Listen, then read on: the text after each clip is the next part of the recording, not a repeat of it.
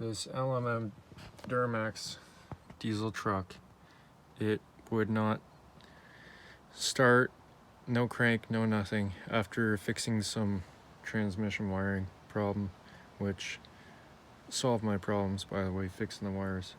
So it was the TCM, unplugged it and connected it a couple times, made sure it was seating properly, then it started up right away.